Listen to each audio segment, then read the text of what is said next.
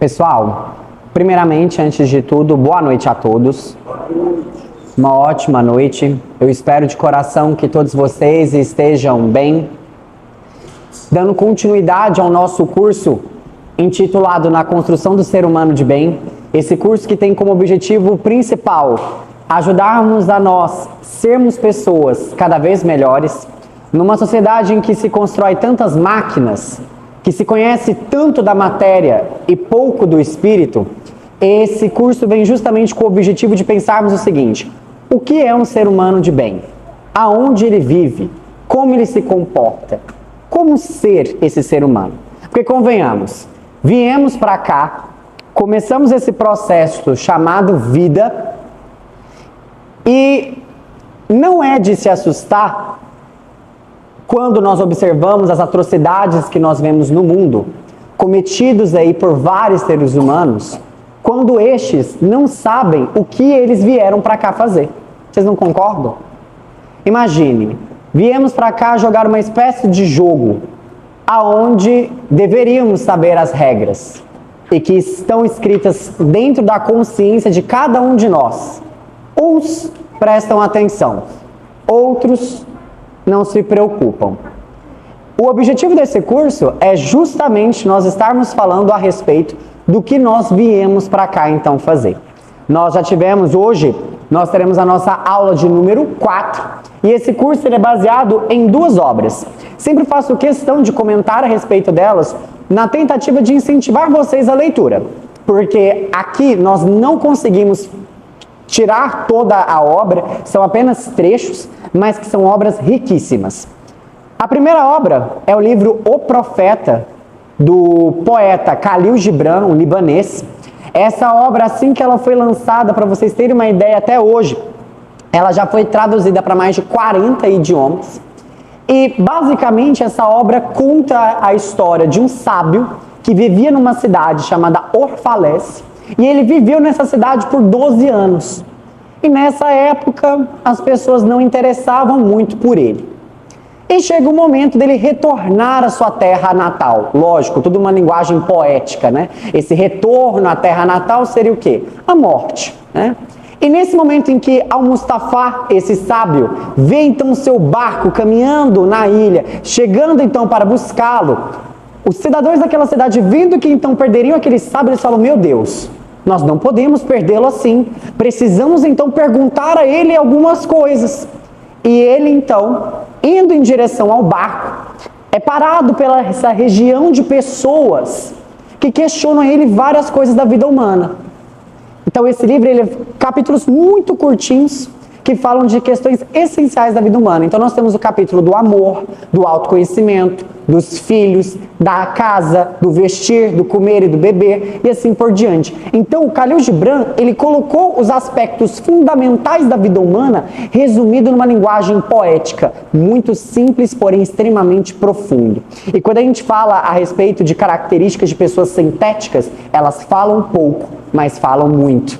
Observem, né, quando a gente pega, por exemplo, passagens como, por exemplo, Jesus de Nazaré, em que ele diz: muitos têm olhos, poucos veem, muitos têm ouvidos, poucos escutam. Olha a profundidade disso. Quanta coisa não quer dizer essa frase dita em poucas palavras. Isso é uma característica, né, quando nós pensamos em seres evoluídos, a capacidade de sintetizar, de não pensar em extensão no sentido de comprimento, mas pensar em extensão no sentido de profundidade.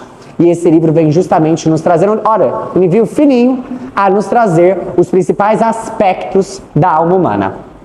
E nós temos esse livro aqui, Em Busca da Sabedoria, de Nilakanta Sirihan, que é um filósofo indiano, aonde ele vai nos comentar justamente o que o ser humano deve fazer para então buscar essa sabedoria. São capítulos riquíssimos, e à medida que as aulas vão seguindo, nós vamos selecionando então trechos dessas obras para então servir de base para os nossos comentários. Então a gente tem uma parte expositiva aqui no início, e aí no final a gente abre para discussões, para as perguntas, mediante a necessidade de vocês.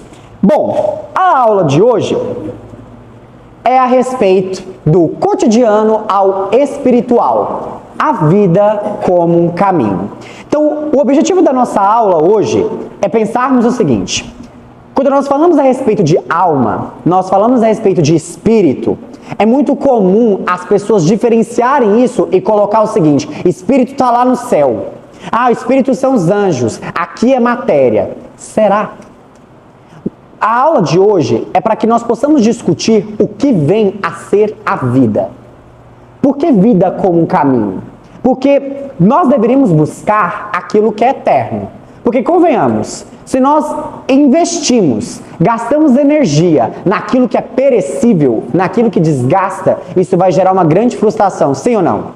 Convenhamos. Pessoal, pare e pense. Imagine os seres humanos que dedicam a sua vida inteira ao corpo. O corpo vai embora. Chega uma hora que a amiga morte vai te abraçar. Imagina a frustração, o impacto que vai ser para esse ser humano.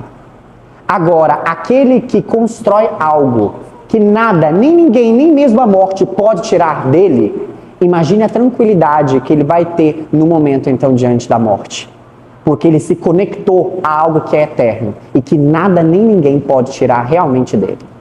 Então hoje nós vamos falar a respeito disso. Nós vamos falar a respeito desse espírito, de algo que se fala muito, mas pouco se sente. E a gente vai juntar alguns conceitos que nós vimos em aulas anteriores. Para tanto, eu sempre gosto de trazer alguns tópicos que nós trabalhamos em algumas aulas anteriores, para que a gente então possa utilizar como base. Em aulas anteriores, no livro O Profeta, nós vimos o seguinte: quando amardes, não deveis dizer, Deus está no meu coração, mas eu estou no coração de Deus. Como assim? Nós vimos em aulas anteriores que o que a vida nos pede? A vida pede do sol que ele dê luz. A vida pede de uma macieira que ela dê uma maçã. O que ela pede do ser humano? Que o ser humano dê humanidade. O ser humano veio ao mundo para trazer humanidade. E o que é humanidade? Valor, virtude, sabedoria, gentileza, compaixão, humildade, paciência. O ser humano, ele foi criado para isso. Nós somos uma classe da natureza que consegue fornecer isso ao mundo. E convenhamos, quantos de nós morre sem fornecer isso? Porque aquele que age por livre e espontânea pressão de instinto é animal, não é ser humano. Aquele que gasta suas energias para reprodução, para abrigo, para segurança, isso o animal faz. Agora, um ser humano é aquele que tem domínio dos seus próprios instintos, sabe controlar a si mesmo, esse tem a verdadeira liberdade, e ele sabe do papel que a natureza pede dele, que é o quê? Entregar a humanidade. E quando você faz isso, nada mais, nada menos do que está sendo uma peça que tem consciência de si mesmo, mas que na verdade é uma peça no coração de algo bem maior. Então, quando estiver amando, quando estiver conectado com a vida, não diga, Deus está no meu coração, e não está no coração do próximo, e não está no coração de todas as coisas imateriais, no ar, na natureza. Convenhamos, nós fazemos parte disso daqui. E não isso faz parte de nós. Não viemos para cá para que as coisas nos satisfaçam. Viemos para cá para satisfazer as coisas. E é isso que nós estamos então aqui discutindo. E convenhamos, o ser humano que vem para cá e busca ser o dono das coisas, busca tirar proveito das coisas, ao invés de olhar para as coisas e perguntar para elas, como eu posso servir a você? Pergunta, como você pode servir a mim? Esse ser humano, com certeza, está fadado a muito sofrimento. Muito sofrimento. Além disso, em busca da sabedoria, nós vimos uma questão bastante interessante que hoje nós vamos nos atentar, que é o seguinte: quando não for percebido interesse algum, seja um objeto, uma atividade ou uma pessoa, forçar-se a estar interessado será vão. E aí nós vimos um modelo bastante interessante chamado Aida, que diz o seguinte: eu queria tanto mudar, eu queria tanto ter a ação de ser um ser humano melhor, eu queria tanto ter um interesse nas pessoas, ter um interesse no lado espiritual, ter um interesse na vida como meio para ser uma pessoa melhor, mas eu não consigo. Nós discutimos que provavelmente essa ação, que é o funilzinho, a última etapa, provavelmente ela não está sendo bem concluída, bem executada, bem feita, porque primeiro a gente não está tendo a atenção em cima de algo. E o que a gente discutiu a respeito da atenção? Nós temos a capacidade, é como se nós fôssemos um farol, que temos uma energia interna, em que nós temos a capacidade de focar essa energia mediante o nosso livre-arbítrio. Pessoal, pare e pense. Olha o quanto de coisas o ser humano já fez quando ele pegou essa energia e focou na matéria. O ser humano conseguiu construir máquinas que conseguem desviar trajetórias de cometas. O ser humano conseguiu construir um foguete que vai para a Lua. Satélites que conseguem ver outras galáxias. Vocês estão vendo o poder que essa atenção, quando focalizada, ela tem? Agora, convenhamos, temos tido atenção para voltar esse foco para dentro de nós e olharmos para nós? Quem eu sou? Quais são minhas potencialidades? O que é minha mente? O que são minhas emoções? Como controlar elas? Eu vim para cá para fazer o quê? Ser humano significa o quê? Para onde eu vou? De onde é que eu vim? Eu estou aqui fazendo o quê? Será que nós temos atenção nessas perguntas? Que, convenhamos, a humanidade sempre teve se questionando, mas talvez nunca realmente tivesse interessada nesse assunto? Porque a partir do momento que nós temos a atenção, isso você começa a ver que é interessante, você gera um desejo por aquilo, e então isso te acopla uma ação. E convenhamos, hoje a gente fala assim, seja uma pessoa melhor, seja uma pessoa espiritualizada. Sabe por quê? Porque você sendo uma pessoa espiritualizada, você vai ter menos ansiedade, você vai ter uma vida mais leve. Ou seja, as pessoas buscam esses fatores não pelos valores intrínsecos que isso tem, mas buscando uma recompensa íntima. Ah não, eu vou ter uma vida espiritualizada porque aí eu vou ser mais evoluído do que o outro. Ah, eu vou buscar fazer a caridade, porque eu fazendo a caridade, eu vou ser mais bem visto pelos olhos da sociedade. Vocês observam que ser generoso, ser altruísta, pensar no outro, não é tido como uma ação que tem um valor imenso por si só. Não, eu faço essas coisas porque elas vão me dar algo em troca. Aí o ser humano se frustra, né? Porque ele começa a fazer, geralmente não vem no tempo que ele estabelece, e aí ele desiste. Aí fala, vou largar a mão disso. Isso aí não adianta para nada não. Não me adianta, não resolve, não tem, a lei do retorno para mim não funciona. Convenhamos, pessoal, convenhamos. Não viemos para cá, de novo, para que as coisas nos satisfaçam, mas para que nós possamos ser instrumentos da vida. Um ser humano altruísta, um ser humano benevolente, um ser humano paciente, é o que a vida te pede. E um ser humano que assim faz, nada mais nada menos do que está sendo um ser humano. Ponto.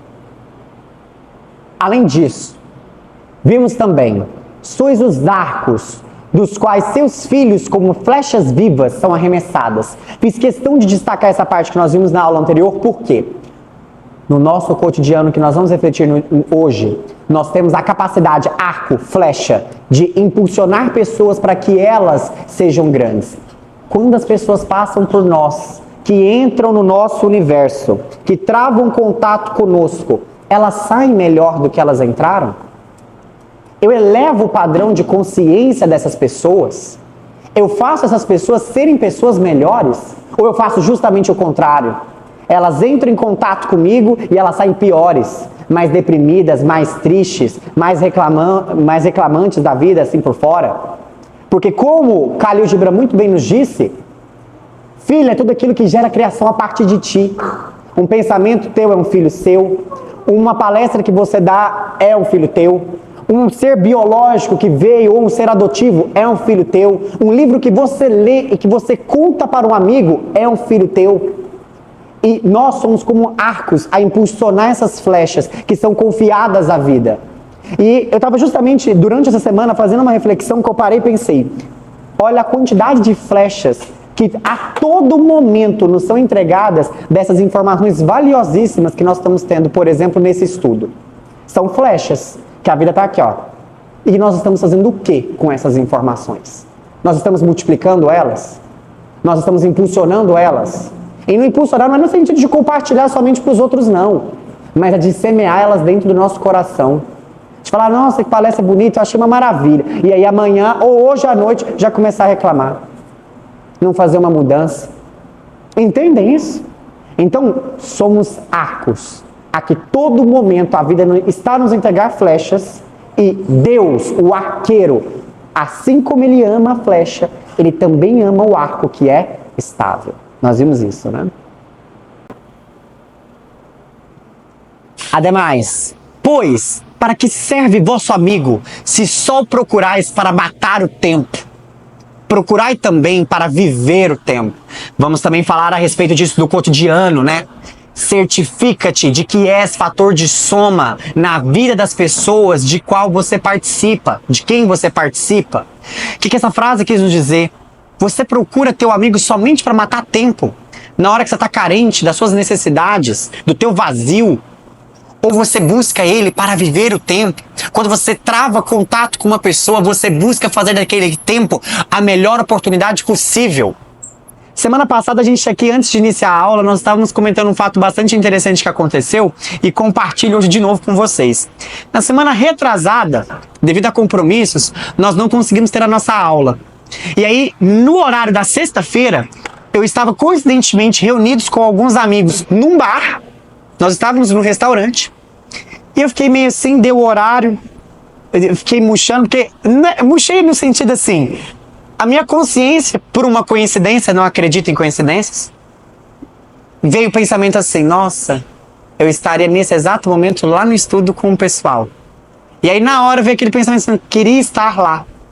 E uma amiga virou e falou assim, João Vitor, o que foi com essa tristeza? O que é isso? Nós estamos aqui, alegria. Aí eu falei, não, eu tô bem, tô tranquilo. Apenas me lembrei de uma questão. E ela, curiosa, lembrou do quê? Porque nesse momento eu estaria no curso. Que curso? Sim, Reconstrução do Ser Humano de Bem. E ela, sério, a mesa toda parou e começou a prestar atenção no nosso diálogo, começou ali entre os dois. E teria algum tema já definido? Teria. E qual que seria o tema? Na aula de hoje a gente falaria sobre amigos, família, casamento. Resumindo a história para vocês, aquela conversa do bar virou aquele tema. E a gente começou a falar sobre aquilo. E aí a gente começou a falar o que seriam filhos, o que seria um casamento, o que seria amor, autoconhecimento. Ou seja, aquele tempo ali, ele foi vivido. Nós saímos daquele momento melhores do que nós entramos. Nós não matamos ele. Germinamos algo ali. E aquilo teve sentido, teve propósito. Tem um conto, uma historinha que me veio aqui na cabeça, eu acho ela fantástica, que dizia o seguinte: havia um homem que gostava muito de ir ao cemitério. Não me pergunte por que ele gostava de ir ao cemitério. E ele ia no cemitério e tal, toda cidade que ele visitava, ele ia no cemitério. Aí uma vez ele chegou numa cidade diferente, pequena, entrou nesse cemitério e ele viu uma coisa muito estranha.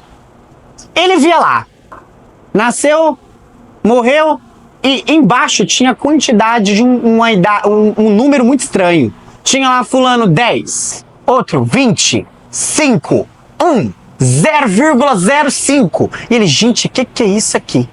E ele foi então perguntar pro coveiro, o que é isso? Ele, é o tempo de vida de cada um. Mas como assim? Aquela lápide ali, nasceu em 0,80, ele viveu 80 anos, por que tá 0,05? Porque desses 80 anos, ele viveu somente 0,05. Como assim? E os demais? Ele existiu. Sobreviveu. Mas não viveu. Convenhamos. Convém a nós pensarmos. Pessoal, quantos seres humanos viveram para nós, meros mortais, pouco tempo, mas viveram muito? Não há nenhum ser humano que pise na terra e não conheça Jesus de Nazaré. Viveu 33 anos. O calendário é marcado com ele. 33 anos. Nossa, viveu pouco. Muito pelo contrário, viveu muito. Mudou uma humanidade. Então convenhamos, quando pensamos, Khalil Gibran morreu jovem. 46 anos, se eu não estou enganado. E olha a contribuição que ele teve. A obra O Profeta foi a última obra que ele deu, o assimilar de tudo que ele conseguiu. E que obra, meus amigos. Que obra. Viveu muito. Quantos são centenários? Chegam a 80, 90. E quanto desse tempo realmente foi vivido, né? Bom, é através de todas essas retomadas que então agora nós vamos falar sobre a vida, sobre o cotidiano. O tema da nossa aula, então, hoje é pautado na ideia de que o que vem a ser a vida e como, através do cotidiano, atitudes simples, singelosas, nós podemos buscar desenvolver-nos a nós. Para tanto, há um capítulo do livro Em Busca da Sabedoria, do Sirihan, intitulado A Natureza Extraordinária da Vida, onde nesse capítulo o autor traz definições fantásticas sobre vida, sobre amor, sobre espírito, que, convenhamos, são palavras muito difíceis de serem definidas. E ele traz definições muito simples, que nós vamos estar aqui discutindo. A pergunta que eu gostaria que nós aqui pudéssemos fazer de início é: o que é a vida? O que é isso? O que vem a ser a vida? Que experiência é essa? Que oportunidade milagrosa e, como o título muito bem nos diz, extraordinário é a vida. Vocês já pararam para pensar o quão extraordinário é a vida? O quanto de beleza ela tem? Vocês já pararam para pensar a beleza, por exemplo, de um riacho, a beleza de uma rosa, a beleza de uma abelha que identifica aquela rosa e poliniza, faz o processo de polinização, a beleza de um ser humano de bem. Imagina um ser humano de bem, a beleza que ele não traz ao mundo. A vida, ela é extraordinária. O coração, de novo, que nasceu para amar, para criar pontes, para se conectar. E nós fazemos o quê? Criamos barreiras, criamos trincheiras e isolamos. Pessoal, quer ver uma reflexãozinha simples? Que vida perece. Tem uma frase que se atribui a Buda, que eu gosto dela demais e poderia definir muito bem o que é a vida. Tem uma frase que diz o seguinte: remetem-se a Buda. Quando você gosta de uma flor, você a arranca. Quando você a ama, você a rega todos os dias. Pega essa frase, vamos fazer um exercício de imaginação. A beleza daquela rosa, você vai lá e arranca ela. O que vai acontecer com ela? A partir desse momento, ela vai perecer, ela vai murchar, ela vai morrer. Agora imagine um ser humano que nasceu com N possibilidades de percepção, de sentimento, de intuição, de mental, com possibilidades. Gente, a capacidade que o ser humano tem, um monte de coisas. E a gente vai lá e faz o quê? Você não pode fazer isso, você não deve fazer isso, não faça aquilo, não vou fazer aquilo. Você concorda que é como se você tivesse várias rosas, você está arrancando elas de você? Ou melhor, aquele coração que nasceu para criar pontes e compartilhar vida, você fecha esse coração, o que ele está fadado? A morrer. Aquele ser humano que não busca mais aprender com a vida, o que a natureza faz com ele? Por misericórdia, morre. Aquele que não tem mais nada o que aprender, a vida já se tornou tão pesada. A filosofia oriental diz muito sobre isso, né? A morte nada mais nada menos do que é um fechar misericordioso da vida, de uma situação que já estava tão pesado, e já não tem como mais absorver nada dali, que vai lá e rompe, cumpriu. Ou não necessariamente cumpriu, né, no nosso caso. Então, o que vem a ser essa vida? E aí ele vai discutir uma coisa muito interessante. Quando nós falamos a respeito de espírito, a palavra espírito, etimologicamente falando, ela foi criada para representar algo imortal, ou seja, que nunca perece, que é uno, ou seja, todos, sem exceção, possuem, e não estou falando de todos somente seres humanos, não. Tudo que tem vida. E através dessa energia, essa força vital, ele precisa de manifestar. Como assim? O nosso universo, ele é composto por essa matéria e essa energia. Dentro de tradições já muito antigas, falam o porquê dessas diferentes vidas, o porquê de virem para cá seres humanos, para que essa necessidade, o que a natureza está fazendo. Tem uma questão que nós já comentamos em aulas passadas, chamada da teoria do contraste, que diz o seguinte, que através do contraste, a consciência ela se expande. Como assim? Na luz, a gente consegue diferenciar a sombra. Na ausência, a gente valoriza a presença. Quantas vezes você perde um amigo?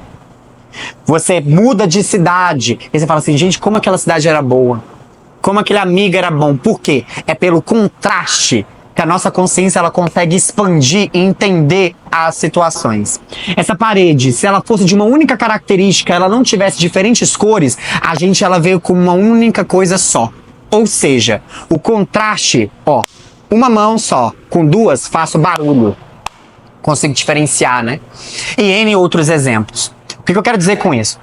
O espírito, para que ele possa entender essa ideia mais sutil, essa ideia do indivisível, essa ideia indivisível, né? Aquilo que não pode ser dividido, aquela ideia do que é eterno, ele precisa da sua harmonização por polarização, ou o que os antigos chamavam, né, da harmonia por oposição. Lembra daquele símbolo do yin e yang, que tem o branco, tem o escuro, que eles se harmonizam ali? O que poderia gerar nesse espírito a expansão da consciência dele? A matéria. Divisível, perecível, grosseira. Então o espírito, ele vem nessa experiência para que a sua consciência, por contraste, consiga entender ela mesma. E isso é um processo que todos nós aqui estamos fazendo. A natureza nos manda, volta, e é como se a consciência, pensando no planeta Terra, ou a consciência do universo, ela está se expandindo mediante essas experiências. Quer ver uma questão bastante interessante? Pegue os povos primitivos do início e pegue os povos de hoje. Olha como as nossas percepções sobre o mundo, sobre as coisas, estão um pouco modificadas. Lógico, mudou talvez muita coisa. O que eu quero dizer com isso? Talvez o ser humano que antes lá mexia com a carroça e o ser humano que hoje mexe com foguete, talvez a máquina evoluiu, mas o ser humano não. Porque você não pode garantir que aquele ser humano que estava na carroça, ele era menos sábio. Talvez ele fosse mais sábio, mais generoso, mais gentil. Pode acontecer. Mas o que eu quero dizer para vocês é o quê? Está chegando um momento em que nós já estamos esgotando tanto a matéria, que não vai ter outra possibilidade de escapatória. Quando a vida começa a te espremer, a saída não é por nenhum lado, a saída é para onde? Para cima. Então nós estamos no momento de renovação. Nós estamos no momento de, opa, aqui já não está me respondendo mais. A minha consciência não está satisfeita, eu tenho fome. E aqui não está me satisfazendo. O que está acontecendo? A vida está meio que forçando os nossos olhos, ao invés de olharmos para cá, voltarmos para cima. Né? Então, a vida, nada mais, nada menos, do que seria o fluxo energético que esse espírito então fornece para então animar a matéria. Uma coisa bastante interessante é o seguinte: se você pega a matéria, o aglomerado de átomos, de moléculas, por exemplo, o ser humano é feito de carbono, hidrogênio, oxigênio, proteína. Se eu pegar um caldeirão, juntar todas essas coisas, eu não formo um ser humano. Mas quando aquele corpo, eu tiro algo dele, a matéria automaticamente faz o quê? Perece. Quando eu tiro o espírito daquele corpo, o que acontece? Automaticamente morre. A matéria, ela se desfaz, ela se decompõe a partir do momento em que ela não está conectada com o espírito. Ou seja, a vida, ela não emana disso aqui. Ela não emana desse plano. Ela emana do plano mais sutil. Ela desce de cima para baixo. E para lá ela vai voltar. Para lá ela vai voltar. Então, quando a gente fala a respeito dessa experiência, né, da vida, é nada mais nada menos do que trazer esse espírito para esse contato. Então, quando a gente pensa do cotidiano, a gente pensa na vida, nada mais nada menos do que é uma viagem que nós estamos aqui fazendo. E que, convenhamos, é muito extraordinária. É fantástica. Quantas possibilidades, quantas coisas nós podemos sentir, quantas coisas nós podemos ouvir, quantas coisas nós podemos aprender. E é muito comum chegarmos talvez nos finalmente, em que essa energia vital já está quase cessando. Quem é você? Não sei. Não sabe? Não sei. O que te faz feliz? Não sei. Quais são os seus talentos? Não sei. Ué. Você veio pra cá e fez o quê? Ah, paguei boleto. Que mais? Ah, eu construí umas casas. Ah, sério? O boleto tá vindo com você? Não. A casa que você construiu tá vindo? Não. Ah, eu construí uma família. Ah, sério? Ela tá vindo com você? Não. Nossa, João Vitor. Realidade. Contraste. Se você nunca imaginou isso, imaginação. O ser humano tem a capacidade de imaginar. É até um pouco o exercício estoico, né? Que diz o seguinte: imagina você no teu último dia de vida. Você se deparando diante da morte. E ela veio te buscar. Que tipo de ser humano você quer ser nesse dia? Faça esse exercício de imaginação. Não, João, eu não quero pensar na morte, não. Joana de Ângeles tem uma frase bastante interessante que ela diz: medita pelo menos 5 minutinhos por dia sobre a morte. Por dia sobre ela. Alguém faz isso aqui? Eu tento. João, você tenta, sabe como? Eu tenho tentado treinar o meu mental, a minha mente, para trabalhar a favor, que a gente já discutiu isso em aulas passadas, para quando eu estou muito alegre, quando eu estou me sentindo muito conectado, a treinar a pensar na morte. Mas como assim, João? Para entender e eu conseguir, por contraste, ter a ideia cada vez mais ampla da valorização que a vida é.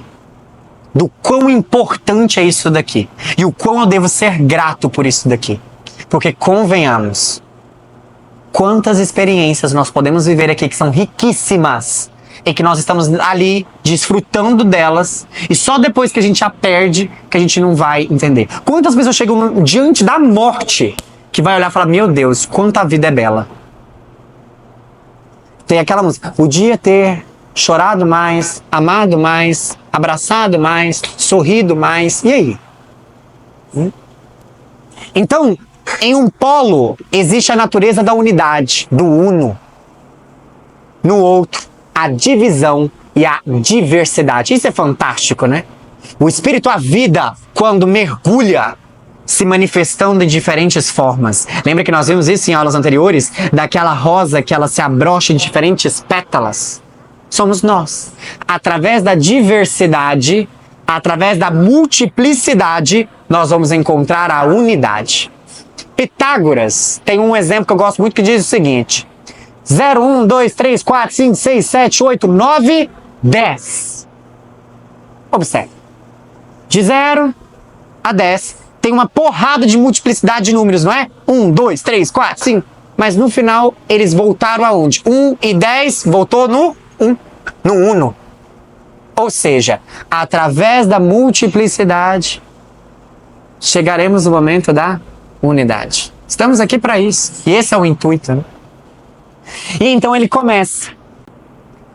A matéria, que é capaz da divisão, diferenciação e combinações, evidentemente fornece a forma.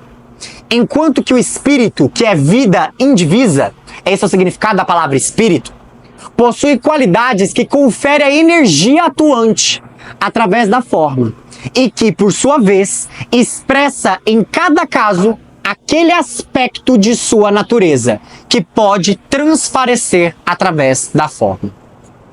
Pessoal, e aí eu fiz questão de colocar a imagem da árvore da vida, né? Aquela árvore engraçada, né? Que quando você olha para ela a primeira vez, você vê que as raízes dela não estão aqui na terra, mas as raízes dela estão no céu. Como assim? A árvore da vida representa isso, porque a vida não vem daqui, a vida vem lá de cima. Ela colhe essa energia, ela colhe esse elixir e distribui nas diferentes ramos aqui. E o que isso vem dizer? As diferentes formas que a vida se manifesta aqui é para cada uma delas representar uma característica.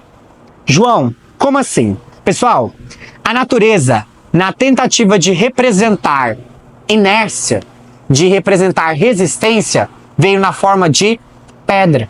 A pedra é muito resistente, a pedra tem uma inércia, fica ali paradinha, quietinha. Na tentativa de representar, por exemplo, síntese, assimilação, troca energética, veio na forma de planta. A planta faz isso. Assimila a luz do sol, faz suas energias, purifica o ar, devolve. A vida, na tentativa de representar generosidade, humildade, compaixão, veio na forma de ser humano. Entendem? Então, nas diferentes qualidades e potencialidades que ela tem, ela para cada forma veio. Então, nós nada mais, nada menos do que somos desígnios da natureza para cada um cumprindo o seu papel. A pergunta que convém a nós é: cumprimos o nosso papel? Porque a nós temos uma diferenciação dos demais seres, né? Que é o quê? Livre-arbítrio. A nós, olha o milagre, e de novo eu vou destacar aquela palavra, extraordinário.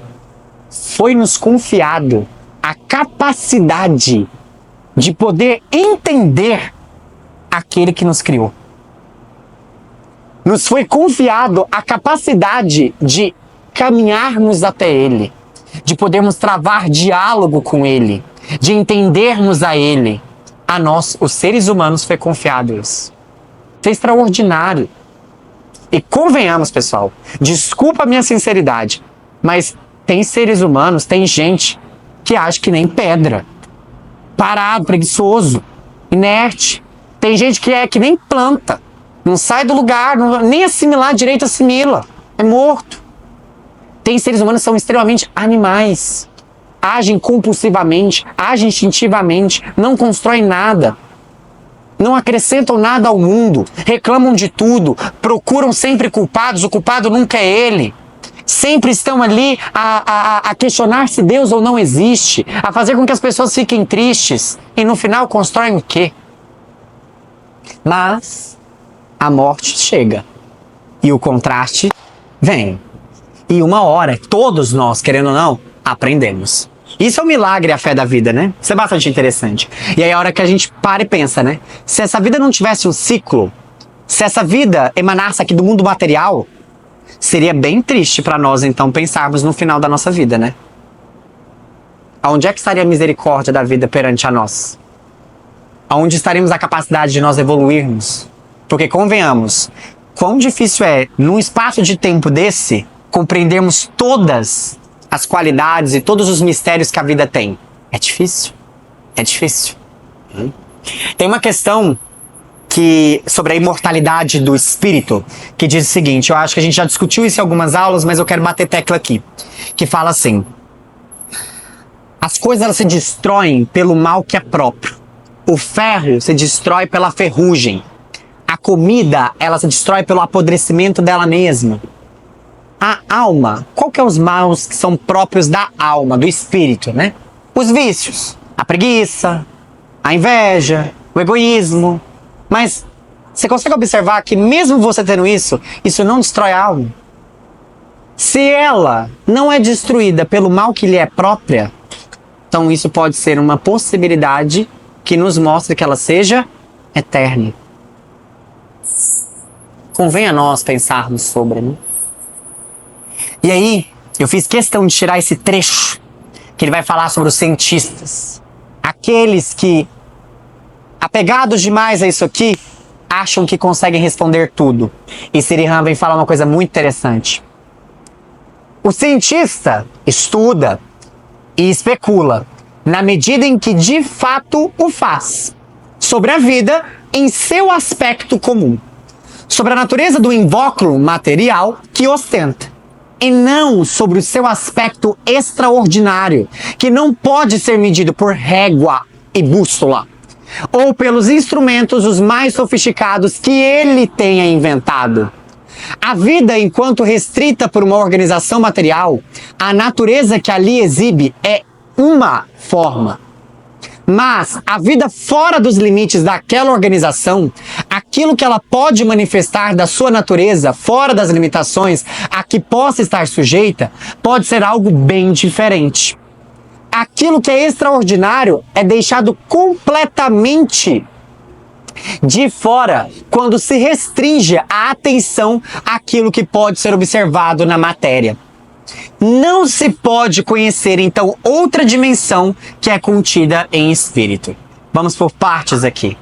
Quantas, desde a antiguidade, já nos falam que isso aqui Para nossa alma é o quê? Uma prisão, que ela tá limitada. Vem para cá e esse corpo limita. Tem muita coisa que ela tem a possibilidade de fazer e aqui vem matéria muito densa, prende. E a alma tá querendo libertar, tá querendo sair, porque ela sabe da natureza grande que ela tem. Quando você tenta explicar tudo partindo de um único ponto, você tá fadado ao fracasso. E geralmente o cientista faz isso. É como se fosse uma pessoa que estuda, por exemplo, química, e eu quero ir lá palpitar sobre música. Eu quero ir lá palpitar sobre política. Não é que eu não possa palpitar sobre essas coisas, mas convenhamos, quando você quer saber de saúde, você procura quem? Médico. Quando você quer saber de direito, você procura quem? Um advogado.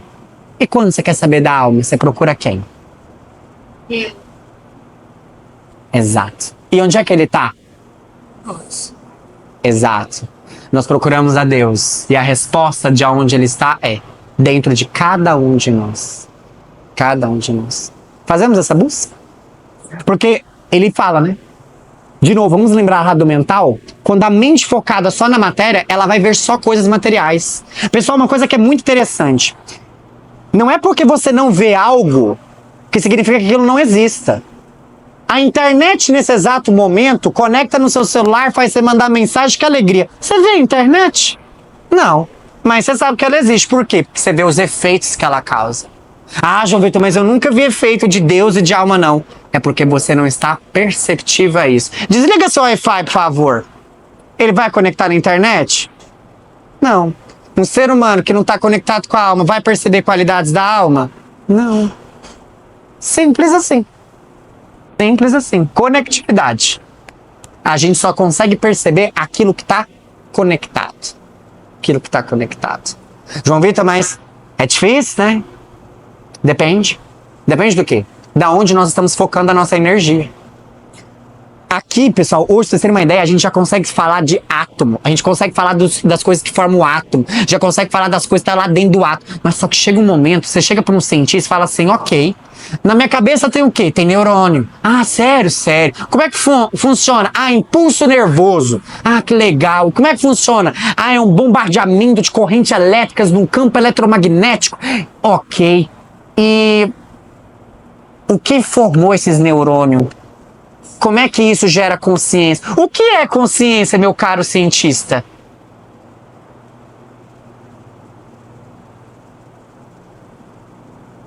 Ou seja, se nós queremos entender do espírito e focarmos na matéria, pessoal, esquece. Nós não vamos conseguir. A matéria, ela está muito ligada com perceptibilidade, né? Com a ideia da percepção, dos sentidos. Mas quantas coisas nós conseguimos aprender sem ser com sentidos? Intuição, imaginação. Tem tantas coisas que nós podemos ali nos sintonizar e afinar os nossos instrumentos, mas nós estamos muito preocupados com o quê? Paladar, olfato, visão. Se eu não vejo, não acredito. Opa, meu caro. Talvez você não vê, não porque não exista, mas talvez porque você seja cego. Eu cego? Sim. Cego daquilo que os olhos não vê, mas o coração sente. O coração sente. Tem uma frase que me veio aqui à cabeça, que eu gosto muito dela, que diz o seguinte: há quem passe por uma floresta e vê somente lenha para sua fogueira. Olha isso. Se você passar numa floresta, as árvores, os arbustos, os passarinhos, todo um ecossistema criado para manter um equilíbrio em perfeita harmonia. E você passa e fala, nossa, essas madeiras aqui vai dar para construir minha casa, hein? Oh, coisa boa. Nossa, isso daqui vai dar um churrasco bom que só. Ou seja, o ecossistema deixou de existir? Aqueles passarinhos, aquela harmonia, aquela conexão deixou de existir? Não. Só que eu não estava com olhos de ver. Eu não tinha percepção para ver aquilo. Quer ver uma ideia muito boa disso? É quando você pega um livro que você já leu, você lê ele de novo, você fala assim, gente, mas tinha isso aqui? Eu não tinha percebido isso aqui, não. Isso é um dos melhores traços de evolução. Ou de mudança de pensamento. Você de novo, diferente. Isso é interessante, né? E aí cabe muito com isso, né? A nossa mente, ela tá voltada para onde? Lembram desses cones que a gente viu em aulas passadas? A mente está focada para a terra, para o material? Então você pode ficar tranquilo, meu filho, que você vai extrair muitas coisas aqui. Muitas. Observem o que nós estamos conseguindo fazer. Uma mente voltada para a terra, a gente conseguiu construir um aparelho que conversa com alguém que está do outro lado do mundo. A gente conseguiu fazer isso. Gente, agora imagine uma mente que está voltada para cima. O que ela não faz? E tivemos alguns seres humanos que tiveram essas mentes voltadas para cima, viu? E olha quantas coisas belas eles entregaram. Foram seres humanos serenos, simples, amorosos. Em resumo, extraordinários. Extraordinários. Porque utilizaram daquela energia, daquela atenção que a gente viu lá no início da aula, focado pro outro lado. Ah, Juba, então você está querendo me dizer que eu não devo então me interessar pela Terra? Não, não é isso. Ah, então você está querendo me dizer que eu devo sair daqui e ir para um mosteiro e ficar só meditando? Não é isso. Muito pelo contrário. Muito pelo contrário. Não sejamos excessivos e extremistas. Porque se nós viemos para cá, é porque tem um propósito. Se esse corpo foi confiado, se essas pessoas que estão ao meu redor estão perto de mim, é porque existe uma necessidade. Mas é aquela questão que nós discutimos em aulas anteriores. Se faz um sol que queima, você resiste. Se vem um vento refrescante, você aproveita. Mas nenhum, nem outro te tira do teu caminho. Você aproveita as coisas aqui, você se delicia e faz delas ferramentas para te tornar um ser humano melhor. E quando possível, você ajuda o coleguinha do lado a ele também elevar o seu padrão de consciência. Esse é o ponto. É não apegar aqui, é saber que nós não somos isso aqui, mas nós viemos através disso aqui. E vai chegar o momento que a natureza vai pedir isso aqui de volta. Então, qual que é o significado da vida, né? Porque se nós discutimos que essa vida ela emana do espírito e ela então dá a vida, a energia a essa matéria, qual seria o significado dela? Para que a natureza está querendo fazer isso? Qual o propósito disso? Como responder essa pergunta? O significado da vida? Pessoal, resposta simples. Evolução do espírito.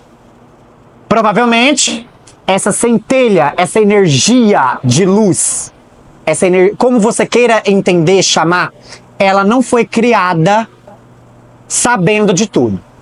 Mas ela foi criada com todas as potencialidades. Em resumo, foi criada simples e ignorante. E que, na possibilidade de entender tudo, ela então é mandada para a matéria que, por contraste, ela vai expandindo cada vez mais. Aí você pode estar se questionando, mas por quê? Por quê? E é um bom questionamento.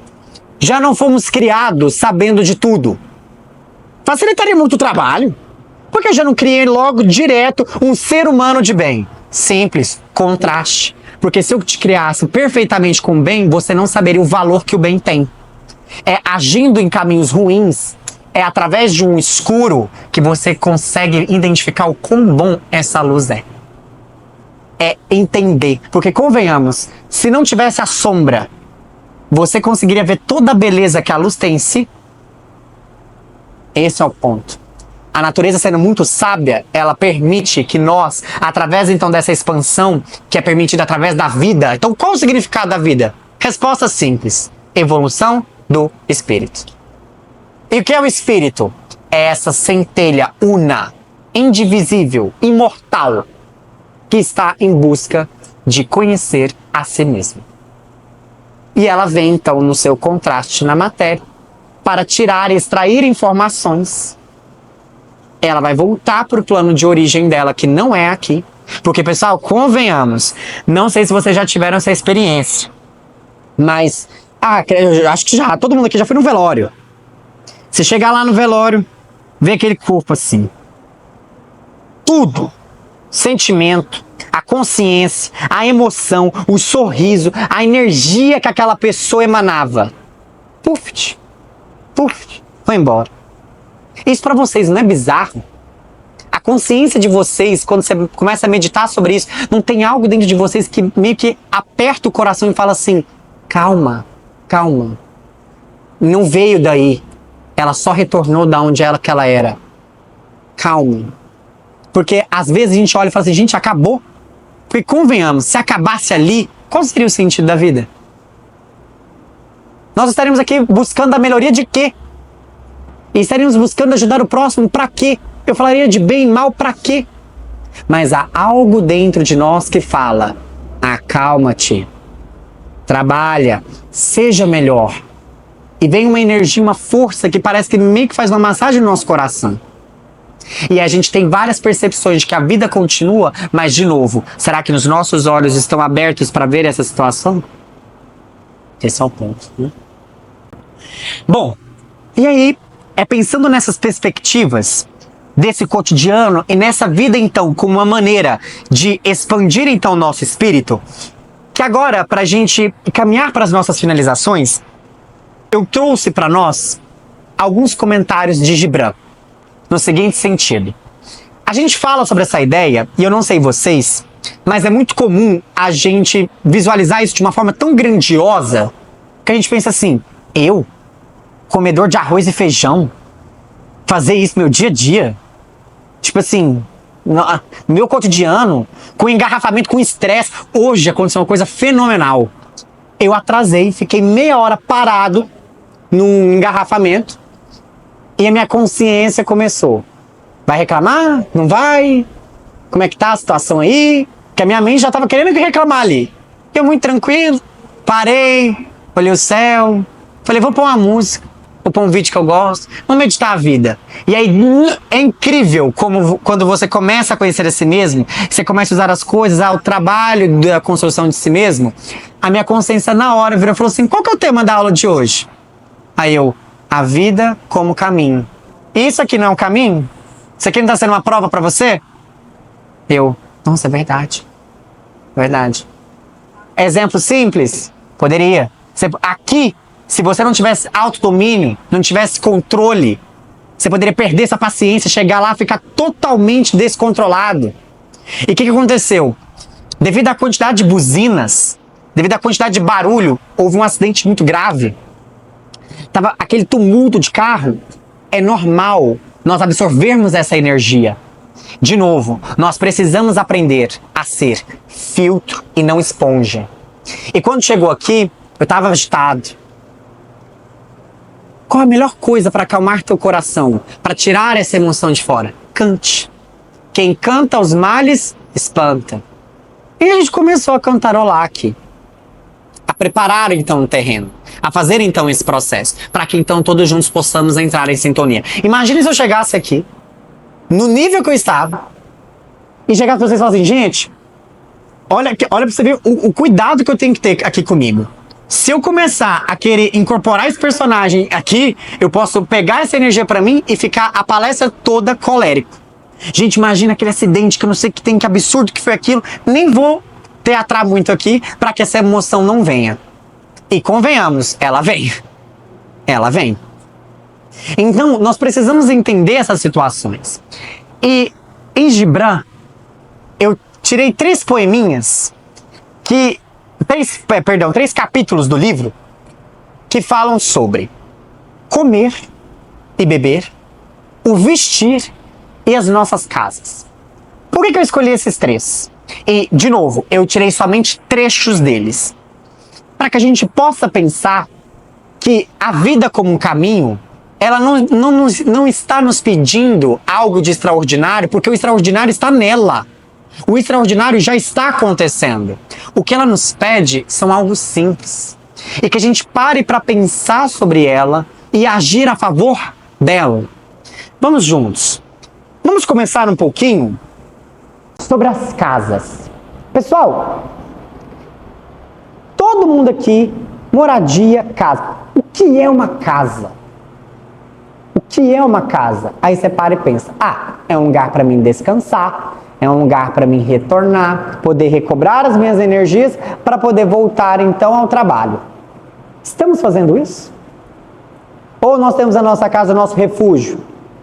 Nós temos a nossa casa, o meio de todos os confortos que nós pudermos ter, vou colocar lá dentro.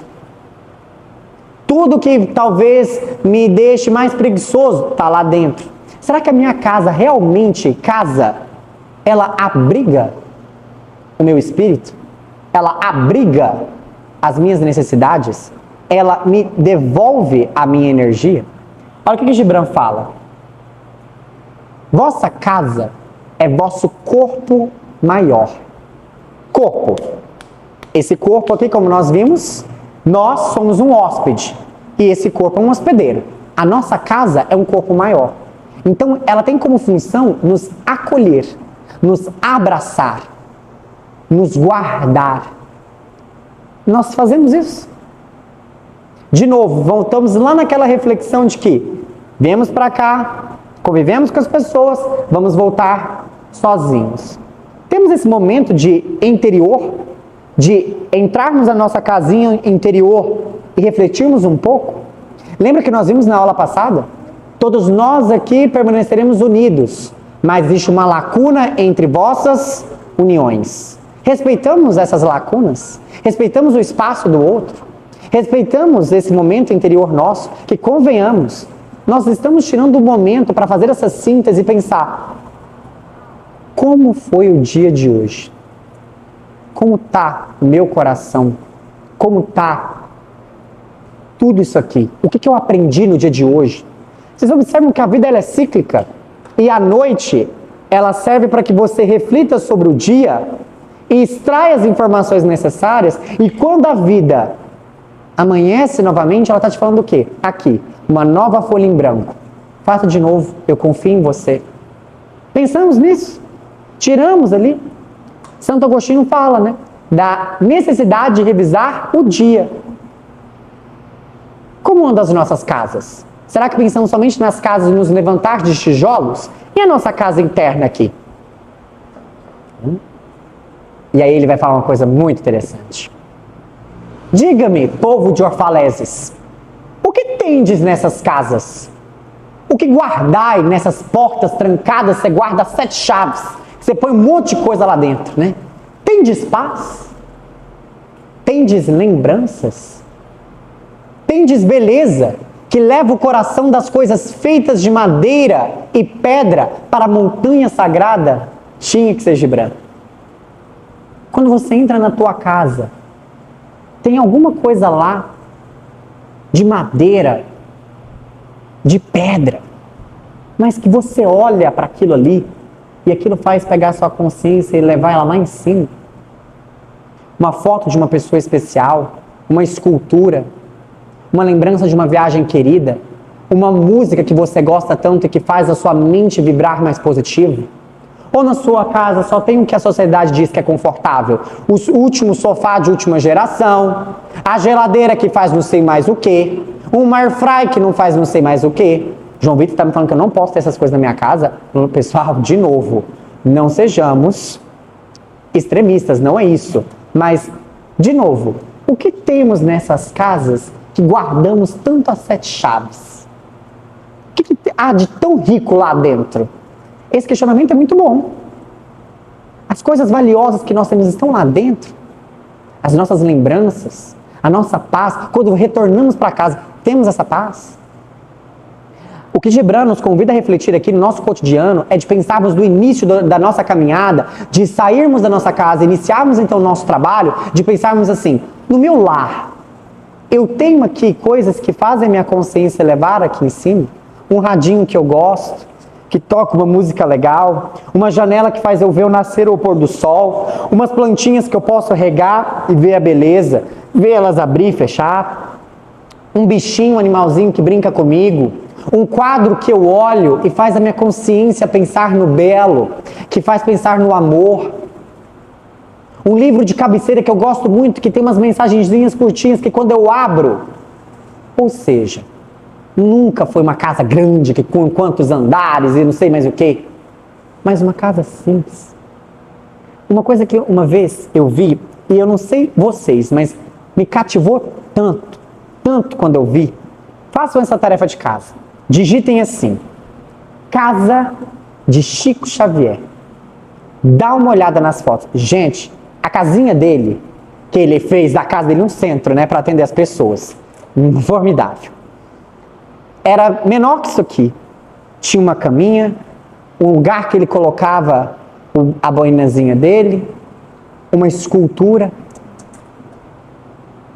simples, o lugar para ele pôr o chinelinho dele, um guarda-roupa que tinha pouquíssimas peças de roupa e um palitozinho, era o quarto dele. Quando você olha aquela imagem, uma foto da internet, isso transmite tanta paz, isso transmite tanta leveza. Imagina você que chega um dia cansado, você chega e retorna no seu lar. Como você chega no seu lar? O seu lar te acolhe? Ele realmente é abrigo? Te dá paz? Te traz boas lembranças? Tem beleza nisso? Conta-me, tendes essas coisas em vossas casas? A paz, a lembrança, a beleza? Ou tendes apenas conforto e desejo de conforto? Aquilo que entra ardilosamente na casa como hóspede, depois torna-se anfitrião e mais tarde proprietário? Poético. O que ele quer dizer com isso? Pessoal, convenhamos. Conforto entrou. Ele entra devagar. A gente começa a acostumar com ele, porque a gente começa a ficar preguiçoso. A gente começa a não aceitar. Ah, não, se não for um sofá de couro assim, assim, assim, assado, para mim não serve. Ah, não, se não for uma air fry que faz não sei um monte de coisa, para mim não serve. Nunca vou esquecer a minha avó, que até hoje cozinha tudo no fogão de lenha. E ela ama o fogão de lenha. A panela enche de carvão e não sei mais o que, para arear aquilo lá com detergente, sei lá, é um rolo. E ela gosta. E faz uma das comidas mais gostosas que tem. Tinha que ser comida de vó. O que tens na tua casa? Ah, João, então você está me falando para mim que eu não posso ter conforto.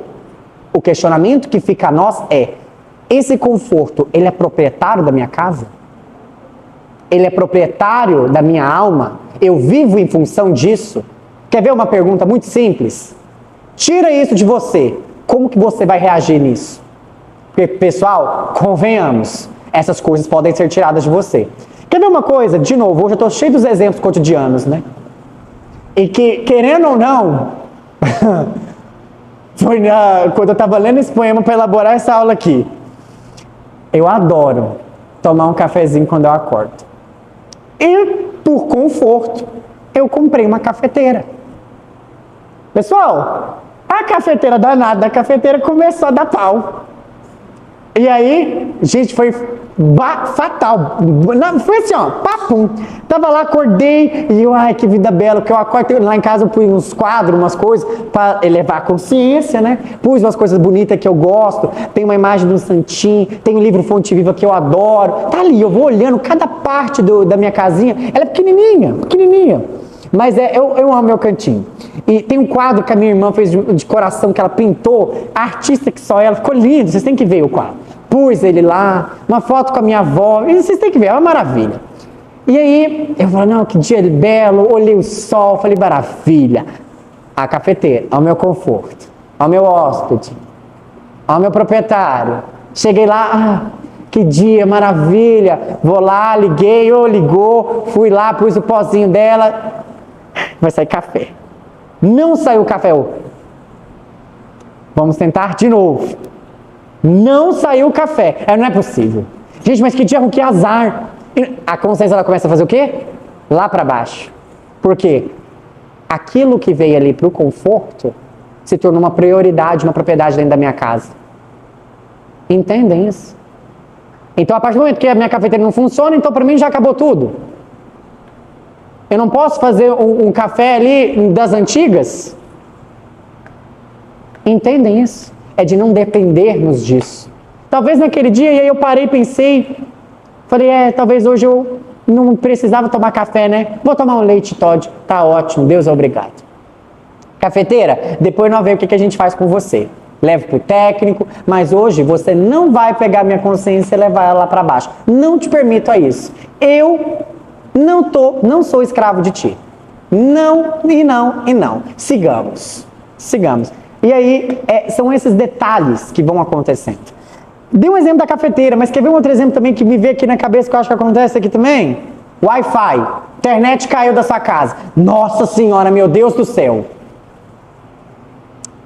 convenhamos, no mundo hoje tão conectado, eu acho que o Wi-Fi hoje é proprietário da nossa casa, é proprietário do nosso humor. Ah não, se eu não puder trocar as figurinhas no WhatsApp com meu amigo, acabou meu dia. Então convém a nós pensarmos sobre isso, né? Na verdade, o desejo de conforto mata a paixão da alma e depois vai sorrindo ao funeral. De uma maneira poética, o que ele quis dizer? Esse desejo realmente ele mata a sua alma. Ele mata você levar o seu padrão de consciência lá em cima. Porque você deseja aquele conforto, você deseja ter aquilo ali. E a partir do momento em que ele não te obedece mais, o que você faz com a tua alma? Vai lá para baixo. E o que acontece? Funeral. E aí realmente ele vai lá sorrindo e fala: nossa, você estressou por causa de uma cafeteira? Você estressou por causa de um trânsito? Nossa, tá fácil de estressar, hein, meu amigão? Nossa, seu autocontrole, seu autodomínio tá bem, hein? Então são esses detalhes que nós devemos perceber, né? Olha quantas coisas, né, quando a gente para pensar, né, sobre essa questão da casa, né?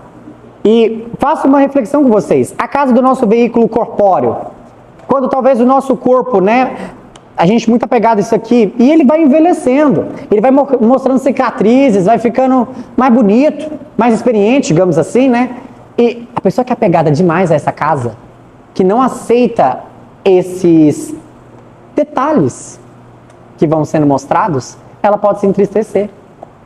A alma que está pegada demais a isso daqui, ah não, vou fazer um botox, ah vou fazer mais não sei o quê. Quantas pessoas estão morrendo, fazendo coisas mirabolantes, não aceitando o preço que a vida te cobra pela experiência que ela te fornece. Nós deveríamos nos orgulhar por as marcas que nós temos no nosso corpo, porque elas representam uma vida que está sendo pelo menos existida. Bem vivida eu não sei, eu ia falar bem vivida, tomara que seja, mas é o preço que ela te paga. E pessoal, convenhamos, não sei vocês, mas o cabelo está caindo, o trem vai cair, vai aparecendo umas marcas, mas se você olhar para trás e falar assim: vida, estou mais alegre, estou mais contente, saboreei mais de ti, você me cobra essas marcas? Fechado, a conta é justa e ainda acho que eu estou pagando barato. Forneça-me mais. Você faz as pazes com a vida. Porque, de novo, não somos isso daqui, né? Viemos através disso. E aí... E sobre as roupas? Coisa do cotidiano, a gente usa roupa, né? E a roupa? O que Gibran vai falar de roupa? Coisa do cotidiano, do espiritual, o que roupa tem a ver com isso? Roupa é matéria, João Vitor. Como assim? Gibran, sendo Gibran, nos diz: vossas roupas escondem grande parte de vossa beleza, mas não escondem o que não é bonito. Ihu! Interessante isso, né? Vossas roupas escondem grande parte de vossa beleza, mas não escondem aquilo que não é bonito. Como assim? Tá vendo aquele casal ali? Terno, chique do último, sim ou não? Aquela roupa esconde se eles forem pessoas arrogantes? Aquela roupa esconde se eles forem egoístas? Aquela roupa esconde se eles maltratarem alguém? Não. Roupa nenhuma esconde os nossos defeitos e os nossos vícios. Mas podem tapar as nossas belezas. Muitas vezes, quando nós paramos para meditar um pouquinho, refletir um pouquinho sobre roupa, o que é roupa? A gente esconde algo. A gente tenta esconder algo, não é isso? Convenhamos. É esconder algo. Mas eles falam: olha, cuidado. Roupa, para esconder algo, você está escondendo parte de uma beleza que você tem, que o outro também tem, mas ela não consegue esconder a feiura que você tem. Não, João, como assim? Tem gente que você põe uma roupa... Ah lá, ficou tão mais ajeitado. Não é essa feiura que ele está falando. Ele está falando da feiura da alma. E convenhamos, quantas pessoas... Isso é muito triste, muito triste. Você vai lá, a pessoa está toda produzida. Ela abre a boca. Você fala: misericórdia. Misericórdia. E quantas pessoas simples... Abre a boca e você fala: gente, que pessoa bonita. Sim ou não? João Vitor, não concordo com isso. Claro, o olho que vê somente a aparência, aquele que tiver bonito, fisicamente falando, esteticamente falando, é uma pessoa bonita. Agora, aquele que não percebe a beleza da fala, a beleza da alma, realmente, qualquer um, tanto faz, né? E convenhamos, né? Muitas pessoas viram e falam assim, a primeira impressão é a que fica. A roupa, a vestimenta. Pode ser até que sim. Mas ela não consegue te esconder aquilo que você realmente é. Isso é uma questão muito interessante. E aí, ele vem nos falar o seguinte. Nós vivemos numa sociedade hoje, pessoal, e convenhamos, que quantas coisas a gente coloca, né? Igual tênis, calça, roupa, não sei o que lá, põe boné, e põe anel, e pá, e tal. Ele veio nos convidar a fazer uma outra reflexão bem interessante, que é o seguinte. Andai ao sol e ao vento com mais pele e menos vestimentas, pois o sopro da vida está no sol e a mão da vida está no vento. E não esqueçais que a terra adora sentir vossos pés descalços e o vento deseja brincar com vossos cabelos. Como assim? Lembra que em aulas passadas nós falamos a ideia dos 4 elementos? Lembra que nós comentamos que a terra, o elemento terra, representa em nós o nosso veículo físico? Vocês já fizeram um experimento de um dia que você está estressado? Está estressado. Você tirar seu sapato, tirar a meia e pôr o pé no chão. Pôr assim na terra, se possível. Andar descalço.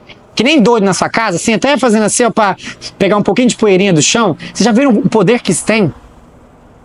Quando você está, por exemplo, perto de um riacho, de um lago, e vem aquele vento, o que nós vimos? O elemento ar tá ligado com o quê? Com o nosso campo emocional. Vem, bate aquele vento em você, assim, você... Parece que até reseta. Fazemos isso. Tiramos um tempo para brincar descalços. Não, João, então não tem dado para fazer mais isso, não. Talvez seja por quando diz que a gente anda muito estressado, né? A Terra, ela tem a capacidade, a Mãe Terra tem essa capacidade de absorver essas energias, de canalizar, da gente ter esse contato. Eu nunca esqueço uma vez, conversando com a minha irmã, e um dia a gente tava assim, ela do nada, achei aquela curioso. Ela foi e ela tibum num gramado assim, ela sentou assim e ela começou a passar a mão assim. O nome dela é Ana Júlia. Ana Júlia, o que você está fazendo? Estou descarregando. Como assim? Aí ela, faz. Aí eu já tava apelando pra tudo mesmo, né? Sentei. E, gente, funciona. Funciona. Sabe por quê? Sabe uma coisa que a gente nunca parou pra pensar? Quando uma pessoa tá tendo crise de ansiedade, o que o médico fala pra ela fazer? Respira. Sabe por quê? Quando você respira,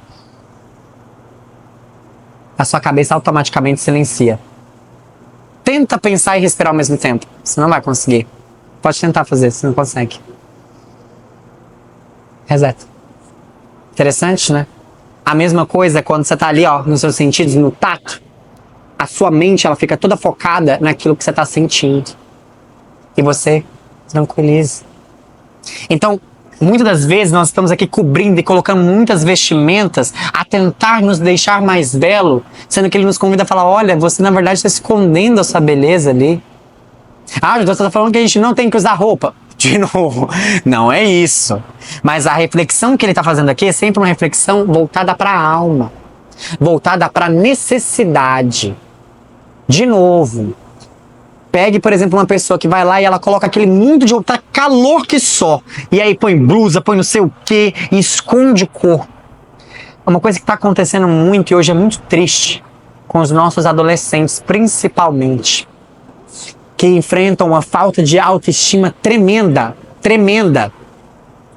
Que eu não sei se vocês já viram, em sala de aula eu via muito isso. Aqui em Goiás, um calor causticante.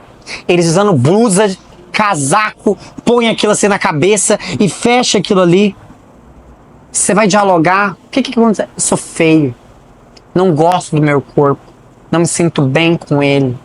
Quem disse para essa criança que ela é feia?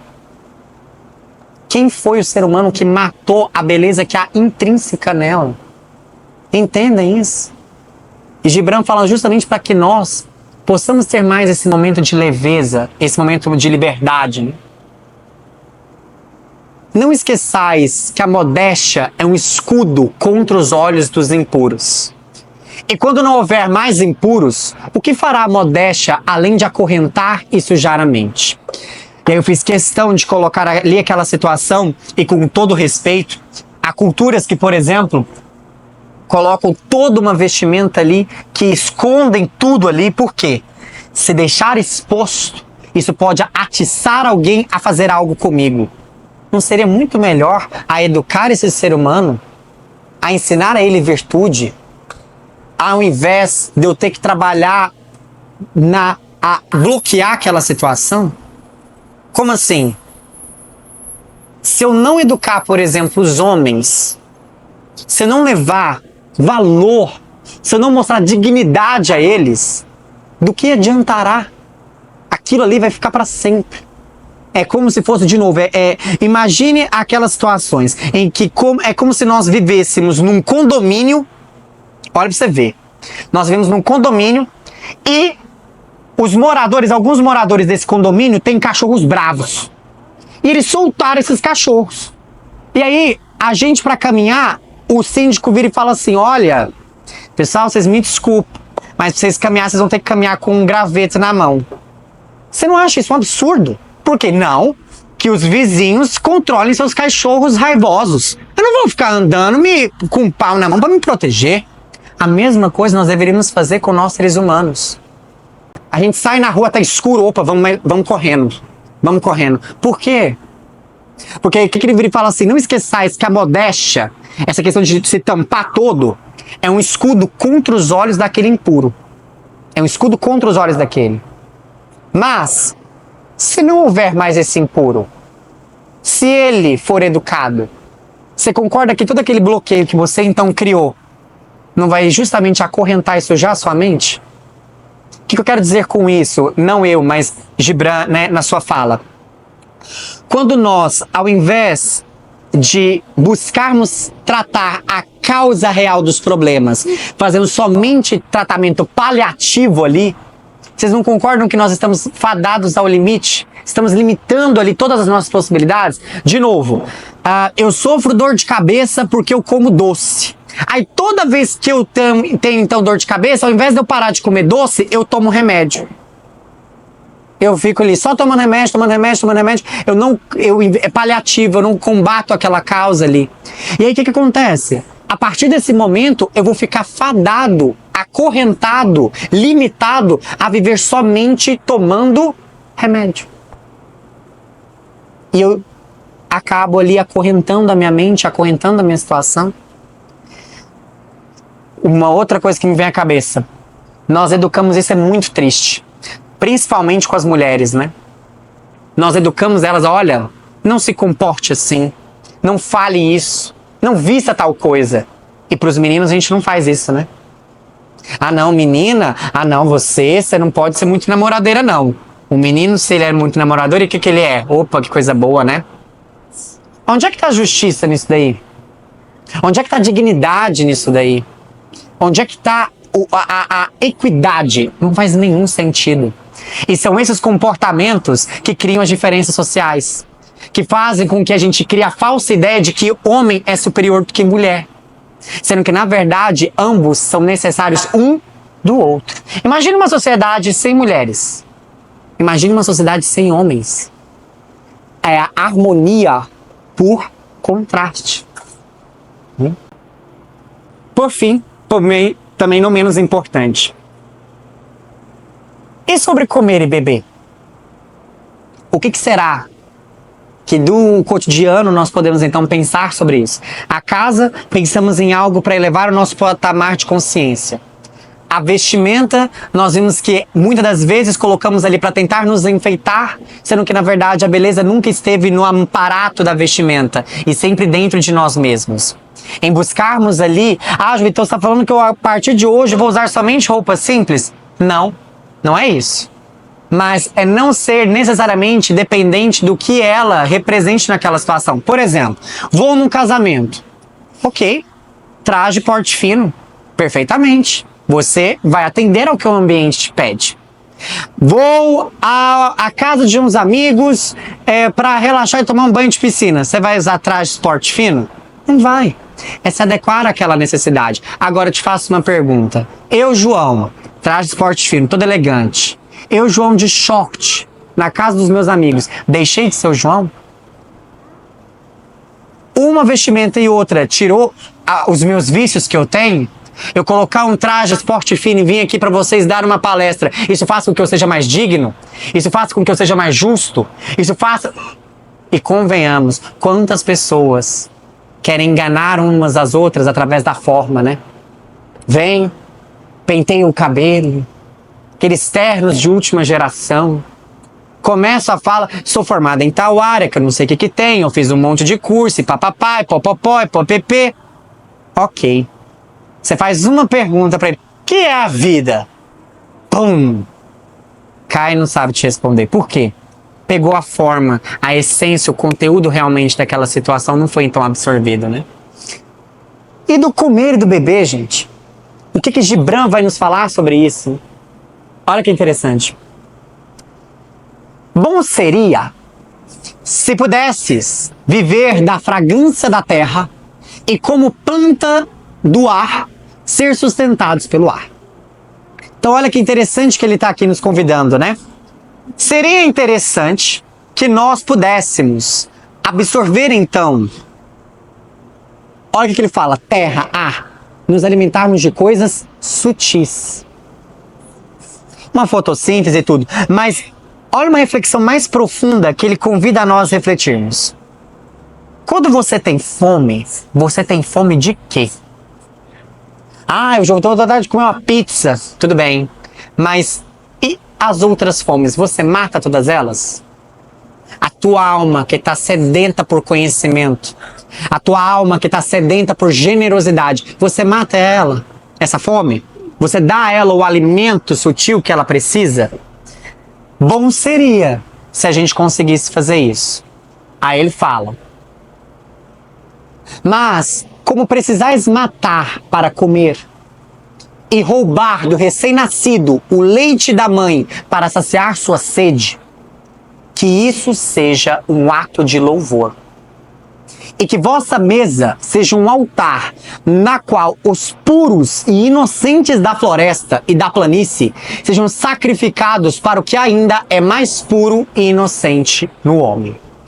O que ele está aqui nos convidando a refletir? Pessoal, com todo respeito, há aquelas pessoas que são vegetarianas, que não consomem nada de origem animal, de carne, né? E as veganas, nada de origem animal, né? Nem leite, nem queijo, etc. Mas todo e qualquer tipo de alimentação, você está matando alguma vida. A planta não tem vida? Você está matando ela. Existe essa troca energética. Vida para se sustentar aqui, esse fluxo energético que nós temos, esse fluido vital, ele só é mantido através de fluidos vitais de outros seres. Então, o fluido vital que tem na planta transfere para o animal e nós absorvemos isso para nós. O ponto é a lei da vida. O animalzinho também mata outros animais, é um ciclo. O ponto é, quando nós estamos fazendo esse processo, quando nós estamos nos alimentando para nos mantermos ou estamos matando ali pelo ato de matar e produzir excesso, abatendo ali, gerando mercado, gerando lucro, gerando desperdício, plantando um monte de plantação, um monte de árvore, destruindo tudo, porque ele fala, nós precisamos matar para comer. Qualquer coisa que seja. Qualquer coisa. Ah, eu vou comer uma saladinha com alguma coisa. Você colheu aquele fruto. Ele tem vida. Ele tem energia vital ali. Quer ver uma prova de que aquelas coisas têm vida? Você pegar uma batata que você comprou no supermercado, cavar um buraco lá na terra e colocar ela vai crescer. Ela vai crescer. Ela tem vida. Ela tem energia vital. O que ele nos convida a pensar é o seguinte. Se isso é então necessário, que você faça isso com ato de louvor. que a vossa mesa seja um altar na qual esses puros inocentes sejam sacrificados para algo ainda mais puro no homem. Como assim? A planta forneceu algo para esse animal que na natureza ele tem mais formas de expressão de vida, mas que chega num patamar do homem que vai expressar algo mais velho e mais digno. E que quando nós então absorvemos essa energia, nós deveríamos estar fazendo o quê? Fornecendo algo mais belo e mais digno. Porque convenhamos, se nós matamos, por exemplo, o animalzinho, tiramos o leite do recém-nascido que está ali para saciar a minha sede, e eu sou um ser humano que destrói a natureza, que destrói tudo, que não acrescento nada para a humanidade, convenhamos, para a natureza seria muito melhor que eu não existisse, sim ou não? E a natureza é inteligente, ela cria tudo com a real necessidade. E convenhamos, pessoal, os desastres ambientais que nós estamos passando hoje são consequências de quem? Porque nós não estamos respeitando isso daqui. Nós não estamos entendendo nosso papel na natureza. Nós não estamos entendendo que nós deveríamos agradecer e utilizar desse fluido vital para entregar algo maior à vida. Porque olha o que ele vai falar pra gente. Quando matardes um animal, dizei a ele do fundo do vosso coração, pelo mesmo poder que te abate, eu também sou abatido, e eu também serei consumido. Pois a lei que te entregou nas minhas mãos, vai me entregar uma mão mais poderosa. O teu sangue e o meu sangue nada mais são que o fluido vital que alimenta a árvore do paraíso. Ou seja, estamos achando que estamos impunes, estamos ali destruindo tudo, matando os nossos companheiros animais e tudo mais, achando que nós somos donos daqui. Mas haverá uma mão mais poderosa que virá e nos pegará, e nós seremos sacrificados. A pergunta é, quando tiver o nosso sacrifício, quais serão os frutos que nós então entregaremos para a vida? Porque se cada coisa tem um papel, se cada coisa tem um objetivo, e a vida tem esse fluxo de energia para então entregar algo a ela, a pergunta que fica é, o ser humano, quando ele então é recolhido novamente, o que será que ele vai entregar? O que será que ele vai, ali na malinha da vida dele, o que ele conseguiu guardar ali? E isso é uma questão muito interessante. Porque a hora que ele vira e fala assim, pois a lei que te entregou nas minhas mãos, vai me entregar uma mão mais poderosa. E pessoal, convenhamos, esse fluido vital aqui que tem em nós, ele vai acabar. Ele vai acabar.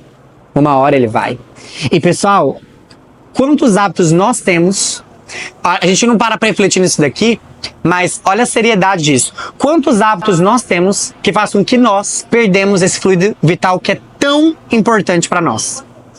Sedentarismo, drogas, excesso de alcoolismo e assim vai. Tiram a nossa energia. Ansiedade, depressão, mal alimentação.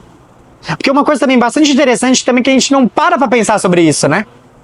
Alimentos processados, que agora o homem achou que ele é uma maravilha, né? E agora ele tá criando. O que acontece com o ser humano que só come isso? Que até a avó fala, né? Isso é porcaria. Ele fica doente. Por quê? Falta vida.